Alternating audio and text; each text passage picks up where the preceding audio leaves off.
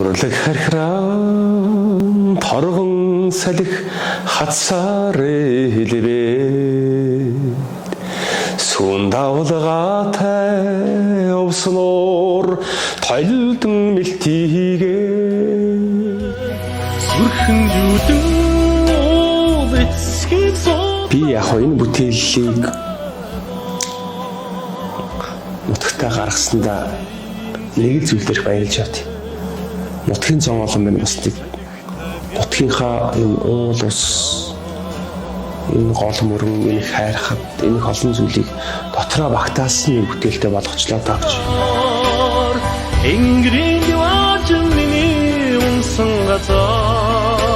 За намайг уртнасан гэмбүрвсрэн гэдэг би Увс аймгийн одоо гаралтай Цэгэр тэнгэрийн орны одоо нутгийн унган хөв байна. Би Хөлийн цэрэг гэдэг одоо энэ том одоо айлт ажил алба үүрэг гүйцэтгээд Хөлийн цэрэгийн дуу үжигийн чуулга гэдэг тэр соёл урлагийн байгууллагад бас ажил алба үүрэг гүйцэтгээд одоо ерөнхийдөө 20 жилийн үүрэг гүйцэж байна да. Унсан газрынхаа буйрын ширхэг чулууг хайрлж иж хүн их орноо хайрлахын тухай ойлголт төрнө. Ижигээ хайрлж иж өсгөө хүнийг хайрлахын тухай ойлголт төрнө.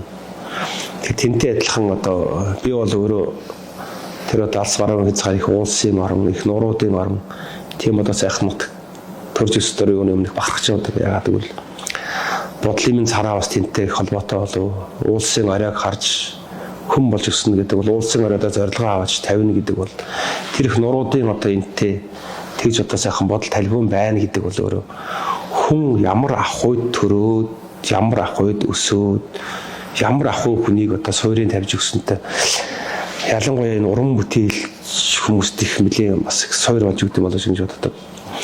Цэгэр тэнгэрийн орн бол одоо нэг 12 настай л дуулдаа. Тэгэхээр бүтээл гэдэг бол бас он цаг давж ийж, он цаг дамнж ийж, цаг хугацааг одоо өөрөө даван туулж ийж нөгөө бүтээлийн үнэт зүйл нь үн цэний одоо аргалын утаа өгжлөдөг тэнд гэрмэн бий алтай уулсан дөнхийжлөдөг тэнд бодломн бий гэхээр уулсын өрөөд бодолтой тийм агуулга юм биш гэж одоо ойлгож байгаа жишээ нь. Тэгэхээр данстаа бүтээл бол он цаг даван туулах тусмаа улам билүү одоо төгөлдөрж иж улам билүү одоо утга тэр дал цараанууд нь улам одоо илүү товоон гарч ингэдэг юм болоо гэж бодож байна. 5 жилийн өмнө 6 жилийн өмнө бол хүмүүс өөр аялдаг л байсан. Одоо бол тэрийг одоо ингээд сэтгэлийн гүнд аваач одоо баг майн тарны хэмжээнд аваач хэмжээний тийм их одоо хайртай бүтээл болсонд нь бас баярлж авдаг л да. Тэгээд дуу бүтсэн түүх маань бол шүлэг бүтсэн түүх маань бол бас өвөрмөц. Яг аялал зохиогчтойгоо хамт сууж байгаа. Тэгээд нутгуусандаа сайхан дуу зохио гэж ингэж одоо 5 минутанд бүтсэндээ гэдэг одоо энэ талаар бас нэлээд хэрэгдэг л да. Зүгээр Цэнхэр тэнгэрийн орн гэдэг санаа бол өөрөө ховд нутгаар явж байгаа баригад одоо Хөлийн цэрэг ансамблтайгаа тэгээд дараа нь баян үлгийг хэлээр бүтэн яваад ингээд энэний дараа Увс руу ингээд орж ирэхэд одоо манай ховд нутгийн маань уулсч нэг юм бор шаргалтай уулс мод багтаа модгүй баян үлгий бас яг тийм нэг бор шаргалтай арга толгодуудтай нэг юм ингэж хаал яг Увс руу тэр өндөр даваад ороод ирэхэд тэр өөрөг нуур гэдэг нуурын цэнхэртэл тэр цагаан шууд хайрхан цэнхэртэл тэгэл тэнд дээрээс Цэнхэр тэнгэрийн орон юм даан би нутаг гэдэг тэр одоо санаа тэр бодол энэ дотор тэгж бахархал төрж исэн.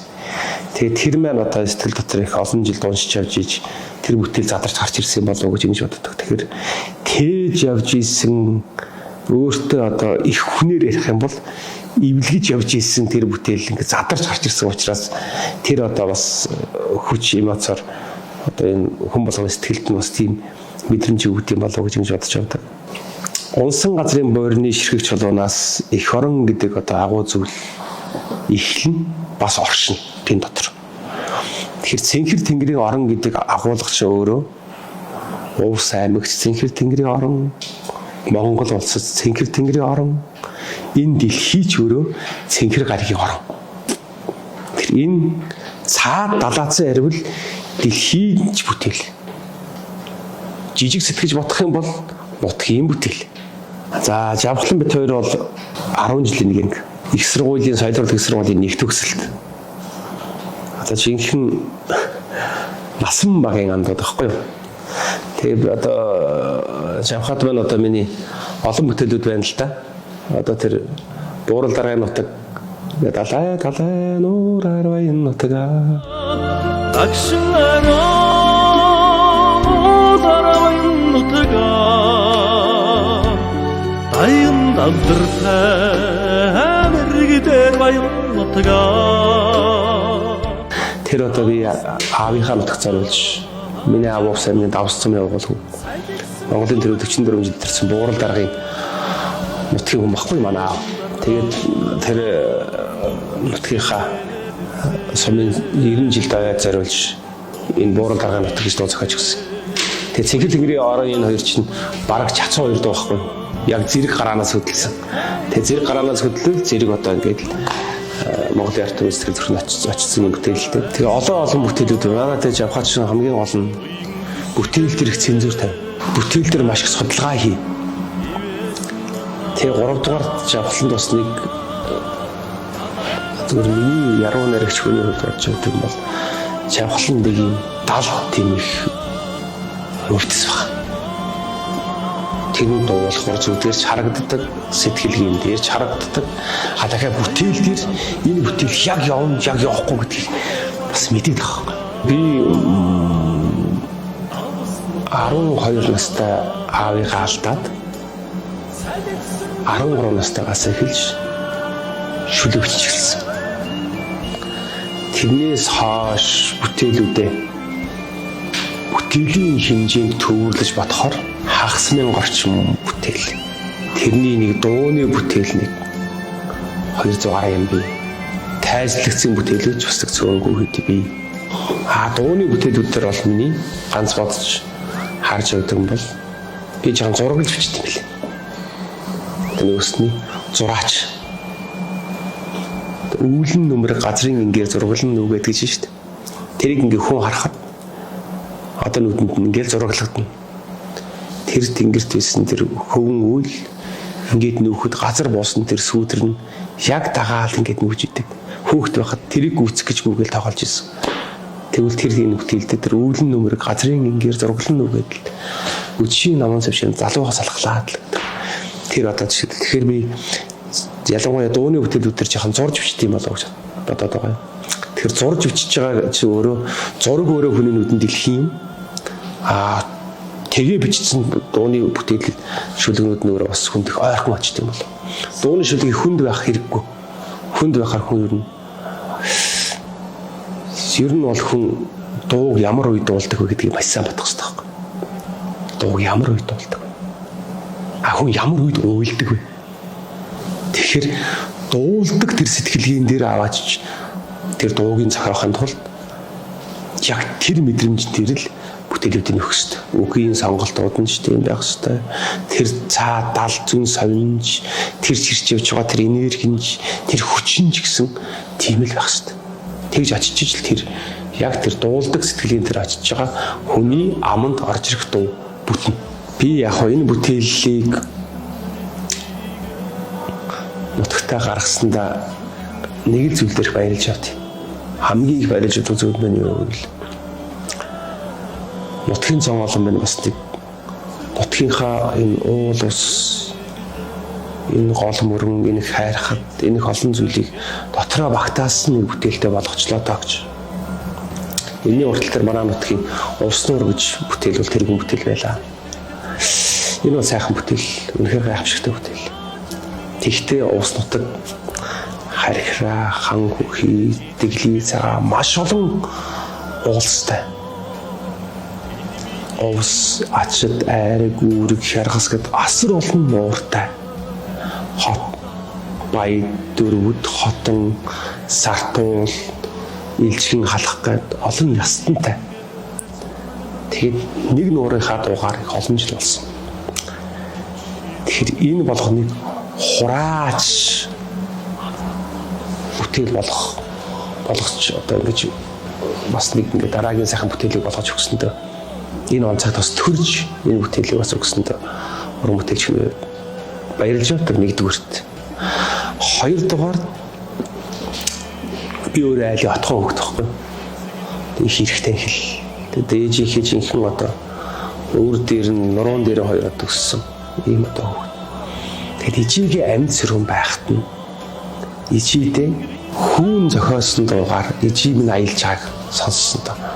Одоо их хязгаар нөх барилж чаддаг. Яагаад ижидээ хүн аялах дуу зохиож өгсөн. За болоо таа гэж бодогдох бас нэг үе байж. Тэгээд одоо ээж минь тэнгэр болоод 80 наслаад одоо 7 жилийн өмнө намрын сар ээж минь бодсон. Гэхдээ ямар ч үлээстэй сэтгэлд нь ямар ч бүтээлийн хэмжээний бүтээл. Тэг хамт ээжээс тэгэл буцаад тэр ачлалынхан одоо тэр тэргүүн дээр очиж өөрийгөө аваач тавьж чадсан да. Бас баярлаж энэ бүтээлдээ бас баярлаж авдаг да. Бүтээлээрээ овогдож явах гэдэг бол сайхан шүү дээ. Тэнхэр тэнгэрийн орон гэдэг өөрийнхөө өргөн цар хүрээний агуулга байхгүй. Тийм том агуулгатай бүтээлээр овогдож явна гэдэг бол урт насны бүрөсрөн гэдэг энэ аавынхаа нэрийг эрхэмлэж авч явж ирсэн. Аавынхаа нэрийг энэ жоохон ч гэсэн нэг хазгаа жижигмээр дуудуулчихгүй хичээж явж ирсэн уран бүтээлч хүний хувьд тэр нь ийм том агуулга юм ороод ирэхээр энийг дагаад нэгдүгээр үн цэн өснө. Хоёрдугаар өөрийн үнэлэмж, өөрийн бие авч явах байдал, өөрийн бүтээлийн данс гэдэг нэг өссөн өсөөгөө дагаад өснө. Ийм бүтээл хийчихэд дараагийн бүтээлд энэс муу байх болохгүй байхгүй. Тэгэхээр л өшөө илүү өөрийгөө гүн гүнзгий. Анирдаж өшөө илүү өөрийгөө гүн гүнзгий. Бодож ингэж бүтээлүүдээ өөрөөсөө ингэж нэрж нэхэж гаргаж ирж тавьж ин л та. 100 жилдээ зориулж урт насны бүрөвсрэн гэдэг ийм номын багц гаргасан. Номын багц ихэр гайхчихж магадгүй. Номын багц ихэр олон ном нэгтгснэг багц гэж хэлэндээ. Энэ бол энэ дотор 6 бүлэг бий. 6 бүлэг нь өөрөө 6 өөр ертөнц орсож байгаа. Шүүрдэж өнөөдөр энэ өөрийнхөө бичсэн энэ бүтээлүүдийн сэдв болгоноос багцлж хураангуйлж энэ номын дээж гаргасан.